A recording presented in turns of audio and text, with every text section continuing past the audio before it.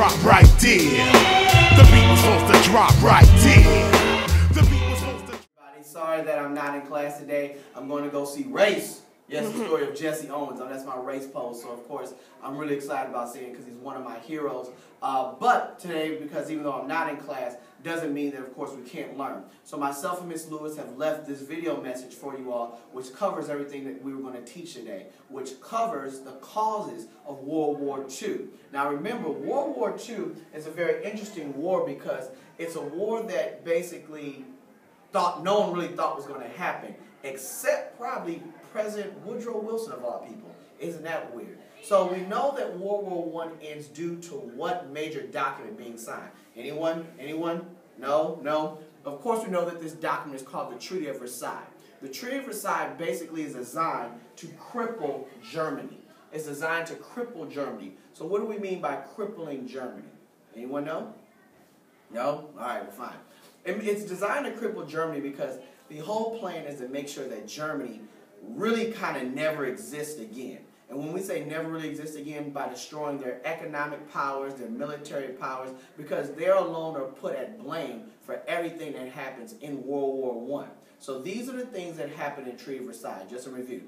Germany is forced to pay $33 billion to each of the Allied states. Yeah! It's a lot of money. The second thing is that they're told that they can no longer make weapons. Yeah! Third thing, they're told that they no longer can be of a military, they can't have a military, which is kind of like, that's kind of bad too. And then the last thing is that they're told that they cannot invade anyone. So those are the reasons of the treaty, or the rules of the Treaty of Versailles. They got to pay $33 billion to each of the Allied countries. They can't have an army, can't make weapons, and they cannot invade. But you're going to see how one of Germany's heroes at the time maneuvers those rules to basically cause World War II. All right? So during this time, at the end of the World War I, in the 1920s, the United States is like getting it. Everybody's happy. And of course, we know that this is a time of great opulence that's happening in the United States. There's money, there's things of spending, there's the Harlem Renaissance. All these amazing things are happening. But in Germany, Germany's kind of like, and it sucks to be here. And why does it suck to be in Germany? Well, what was one of the things that I told you about the Treaty of Versailles? Anyone know? Bueller? No? No one? All right. One of the things that I told you about the Treaty of Versailles is that it basically made sure that they had no money and no way to produce any money, which is very scary. So these things were punitive. What does punitive mean? Anyone know? The word is punitive. P-U-N-I-T-I-V-E. Make sure you have it in your notes. Punitive. Punitive means that their consequences were just made to punish.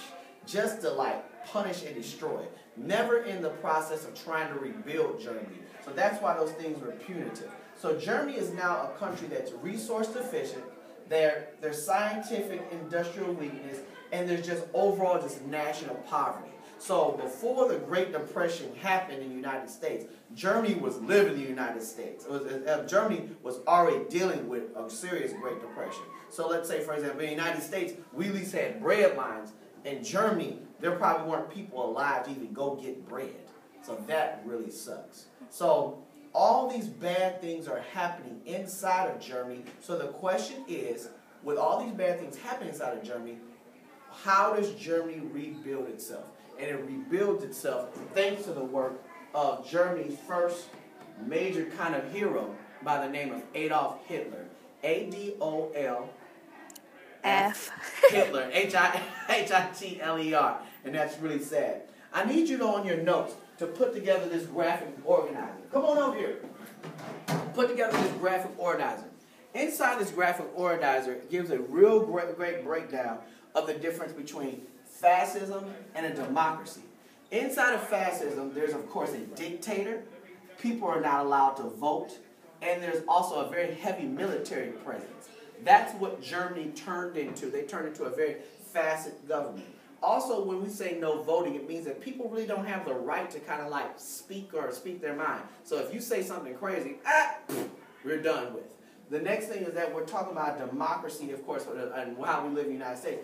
Voting is very much so allowed and encouraged. There's a president, and there's a general sense of general well-being. So that general well-being that we're talking about is that people truly care about how other people are doing. That's not what is happening in Germany underneath Hitler's rule. So I'm going to pass it over to Ms. Lewis, and what she's going to talk to you about is the more so in the fascist government, and also how two major leaders of the Axis powers in World War II come to the flinches. And that, of course, being Adolf Hitler of Germany and Benito Mussolini of Italy. Germany, of course, Adolf Hitler, he's known as the Führer, F-H-U-R-O-R. And, of course, Benito Mussolini is known as the leader. And, of course, you should know how to spell leader. All right? So I'm going to pass it over to Ms. Lewis. One of the things that we should know about democracy is that we value what, Mr. Clarkson? Voting. And what? If you want to vote, you get to say what you want to say. Freedom of speech. Exactly. On this side. I know stuff. Teacher. You're right. Freedom of speech. Unfortunately, for citizens in a fascist democracy, freedom of speech and arguing with the government was not allowed. Thanks to Marcel and Walker and Carver, we know this is called political dissidence. So make sure you know that a political dissident is someone who openly disagrees with government. In fascist governments, instead of holding them in jail, they would just shoot them and kill them. Now that we're done, we can look at two fascist governments. One in Italy, ran by Benito Mussolini. He started in 1922. And another ran by Adolf Hitler, Chancellor of the German Workers' Socialist Party in Germany. It's important to remember that these two men got their rise to power from the start of World War I. Both of them were generals in the war and worked and thought that how the war ended was unfairly. It's important, especially to remember that Italy was originally on what side, Mr. Clarkson, of World War I? The Allied powers. However, due to the Great Depression that ravaged the entire globe, Italy felt as if they had been left in rags while the U.S. and other larger nations were celebrating all their decadence and opulence. As a result, he convinced his party that fascism was the only way, and a military government was the only way to gain power and stability. Adolf Hitler used the same mentality. He said that World War I had been, the Treaty of Versailles and World War I had been punitive as they had been, and so the only way to take over was through socialism and fascism. Fascist government sounds terrible. There's no political freedom. The military runs everything, and people just live in a constant state of fear and terror. So why did they last so long, Mr. Clarkson? Why did the people love them? Well, because they jump-started the economy. And they jump-started the economy doing something which is absolutely, you're going to be shocked about. But Germany basically breaks the Treaty of Versailles. And they do it just by it's really interesting how they do it. So here we go. Germany basically goes to British and French, and they're like, the British and the French, and go, look, our economy's dead. Because the one thing that Germany's good at is what, Ms. Lewis? Making weapons of war. So strike one for Germany against the Treaty of Versailles is making weapons. Now you would wonder why why Britain and France would allow such a country to do so. We're going to talk about appeasement. Mr. Carson, can you explain appeasement? Sure. So appeasement works like this. Basically, it's the ability to keep the peace for the good of the order. So British and the French allow Germany to do this out of fear that this is going to break into war. Foreshadowing, because it winds up breaking into war anyway. So even though they're allowed to make weapons, to keep the peace, yes, war still happens, because that's why we study World War II.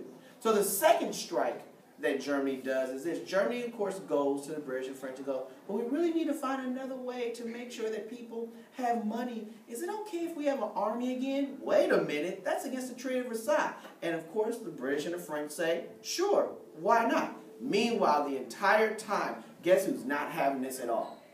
The United States. They absolutely want no part of it. That would be considered strike two.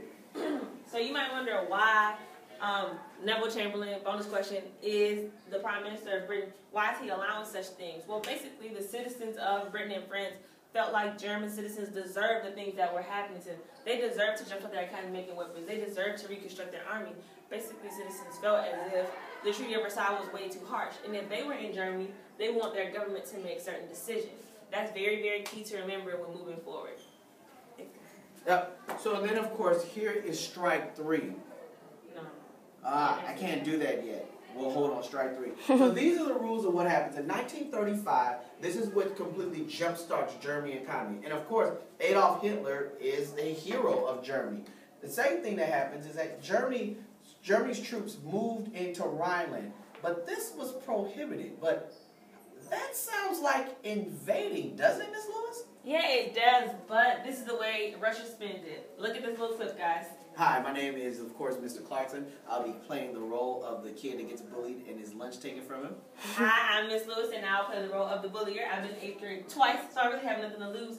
And this, while it might look like a topless expo marker, is actually a gun. And in my hand is a delicious Lunchable, turkey and cheddar, with, of course, the Capri Sun and the rare airhead.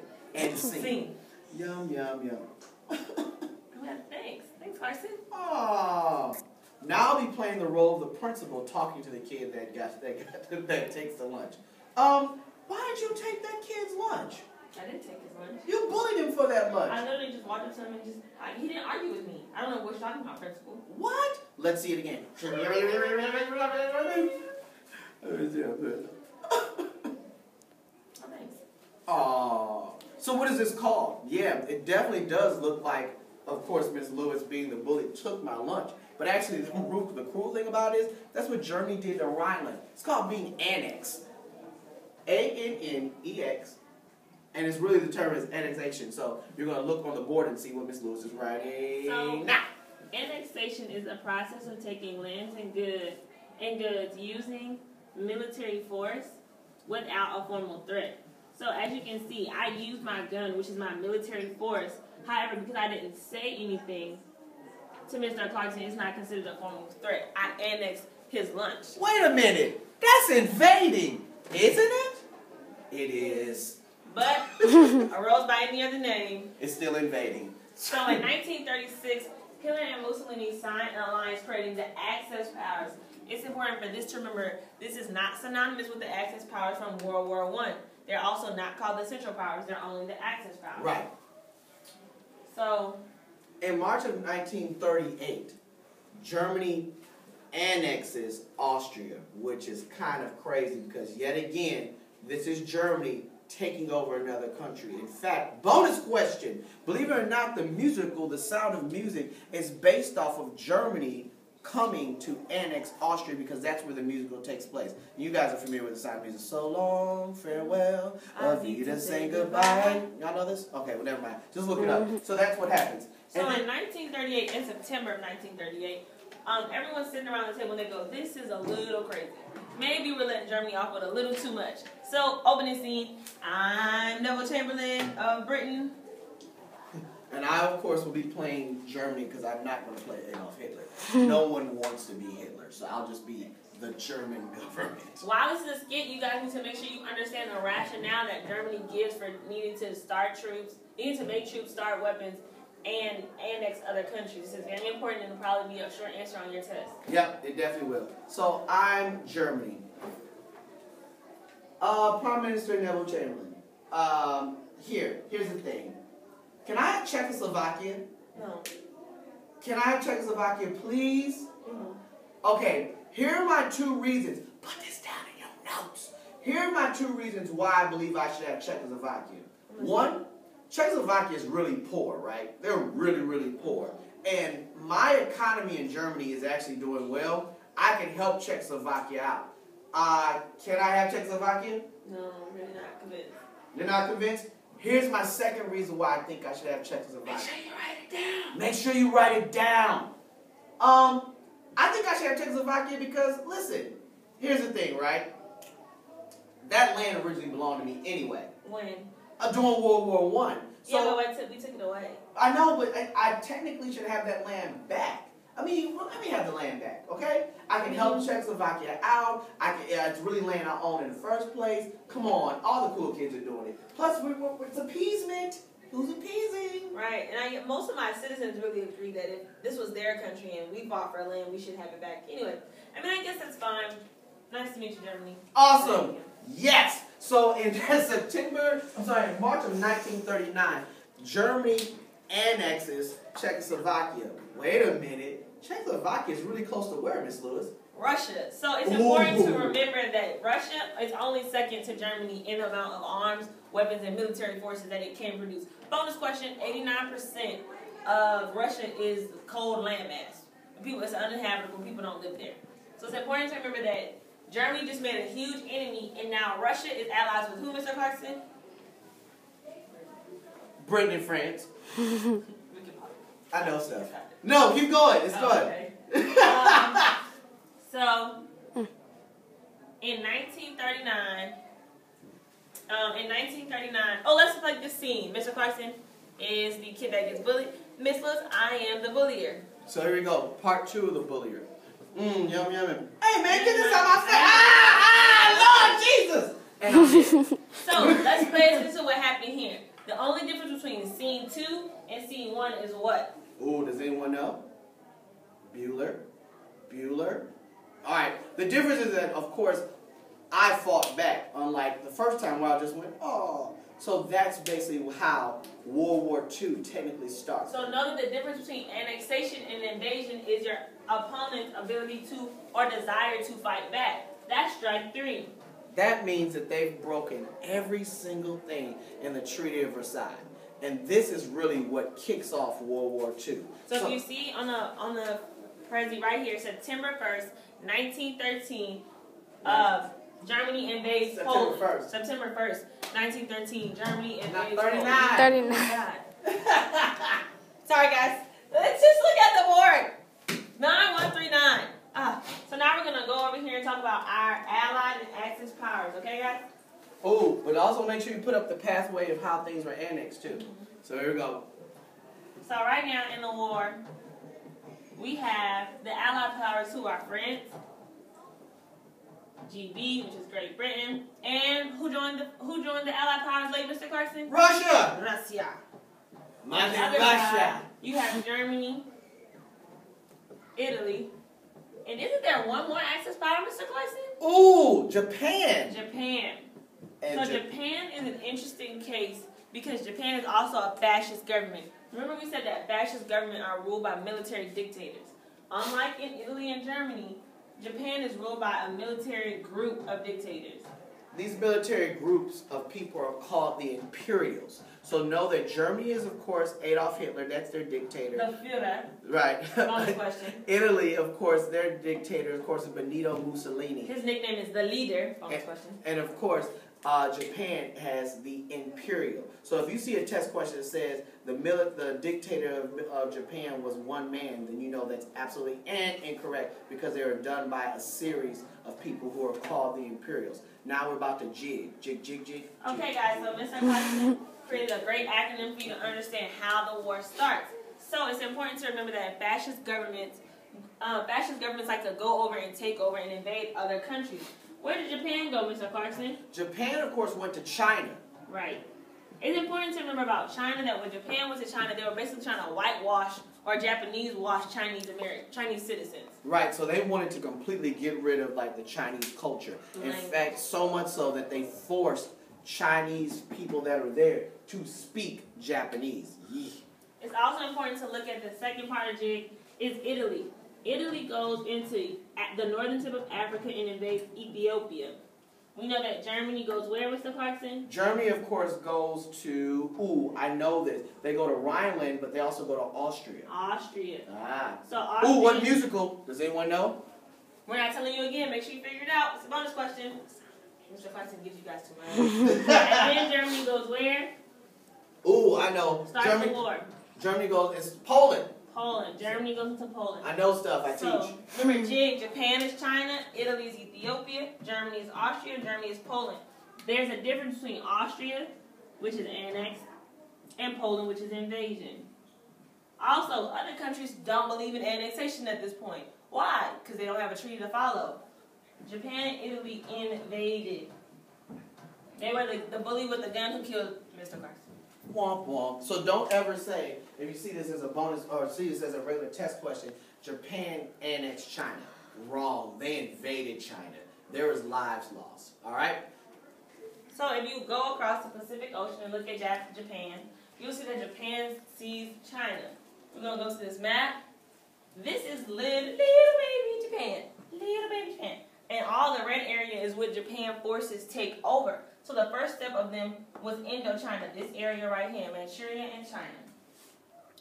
When the U.S. finds this out, Mr. Clarkson, how do they feel? Well, they're kind of in their feelings about it. It's not a good look. So in the middle of 1941, the U.S. places an embargo on Japan. What's an embargo, Mr. Carson? So an embargo means that basically it's two countries that if one country says, I'm not trading with you anymore. So the United States is not really feeling what Japan is doing. They're like, nah, how y'all doing to people over there in China? That's not a good look. I can't really rock with you no more. So the United States says, to trading, which of course indirectly starts to hinder Japan's economy. And Japan feels a certain type of way about it. In addition, the U.S. is actually an allied power. So on your graphic organizer, make sure you write the United States. However, ooh, does that mean that the United States joined the war then? No. Oh, they didn't. So the U.S. has not joined the war as of now. Why? Why would they let Great Britain and France sit back and get attacked like this? Well, it's basically the lesson of learning something over and over again. Absolutely. Imagine Mr. Clarkson and I are best friends. We're not, but imagine if you were. And Mr. Clarkson wants to go fight LeBron James. I'm fighting LeBron James. So Mr. Clarkson goes and fights LeBron James. Mr. Clarkson's getting beat up. I'm sick of LeBron James in his face. Ah! Every time Mr. Clarkson gets beat up, I come help him. That's my best friend. That's my best friend. That's my best friend. Help me, he big and he dug on me. Stop, best friend. I got you. Week 2. I'm gonna fight LeBron James again. This time I'm gonna get him. He get on my nerves. LeBron James, take that. You get on my nerves. Oh, Jesus, help! Come on, best friend. Come on, best friend. Come on, best friend. So the third time Mr. Clarkson wants to fight LeBron James, what am I gonna do? Let Mr. Clarkson fight LeBron James because I'm tired of getting my beat. What? You're not gonna fight? No, I'm not doing it. So that's basically how the U.S. feels. Shit. We should have Rihanna and Michelle best friend goes. Yeah. Best friend goes. Rihanna and Michelle. Anyways, so in late 1941, the U.S. intercepted messages showing that a Japan force was moving towards Southeast Asia. Basically, this is what does it. So on December 7th, 1941, in one of the saddest days in U.S. history, the Japan actually gets these bottom lights. Boom. There it is. And I'm going to take this light right here. So on December 7th, 1941, Pearl Harbor is attacked. Pearl Harbor is located, of course, in Hawaii. It's a naval base and one of the probably unexpected attacks of all time. Japan attacks the United States because of one of the embargo that we talked about earlier, but also because the United States is sending supplies to, of course, British and to the French. And Why Japan, do I talk, Mr. Clarkson? because this is actually one of the biggest tragedies of all time. It's a really, really sad thing. And this is like the first time since the War of 1812, bonus question, that someone from another country comes and attacks us on U.S. soil. So remember that. But after 1812, nobody was coming over here to start no mess. But here we are in World War II, and someone blatantly attacks people on U.S. soil. What's also complex is that Hawaii is 5 hours behind us, or behind Eastern Standard Time. So there was really no way to get the help that they needed. These is just us by the numbers. There are 2,400 people that were killed. There are 1,200 people that are wounded, destroying 300 American planes, 18 warships, and 8 of the 9 U.S. battleships were lost. So if I'm Japan, I'm feeling really, really confident about myself right now. Why? The U.S. is the largest economy government at this point. I've sunk 8 of their 9 battleships, 18 warships, 300 planes, and killed this many people. I'm off to a great start. Think I'm going to win the war? I don't win the war. And that's how you start. Da-da-da, pathway to war. So what we'll do is we'll pick up from here and talk more in depth about the pathway to war. Of course, Ms. Lewis is going to do an amazing job on talking about the sadness of the Holocaust. We're going to talk about the role of the United States soldiers. We're also talking about the unsung heroes of the United States soldiers, including one Japanese American who gave his life for the cause inside of Pearl Harbor, and all the racism that he dealt with because people really didn't even want him to fight in a war. We'll talk about that. Mr. Clarkson, is this the war with Japan? Uh-huh. Yeah. So we're also going to talk about the complexities of war. Like I said, I'm going to talk about, Mr. Clarkson said, I'm going to talk about the Holocaust, but we also have to parallel something that happened in the U.S., which is the mass migration of Japanese Americans into concentration camps, essentially. It's important, please. This makes me, Mr. Clarkson, so angry. Do not say the U.S. got involved in World War II because of the Holocaust. That's a lie! It's not true. It's not true. I know it's sad, but it's not true. It's just not true. Yep, December 7th, 1941 was the day where it all dropped. So, ladies and gentlemen, this is, of course, our time. To my right, to your left, of course, is the wonderful Miss Lewis. Make sure your I Believe Project stuff is turned in. Because the project due when? March 14th. Hi, my name is Mr. Clarkson. You may know me from, like, U.S. history and pimping for beginners. We'll see you later, and, of course, enjoy the rest of your day.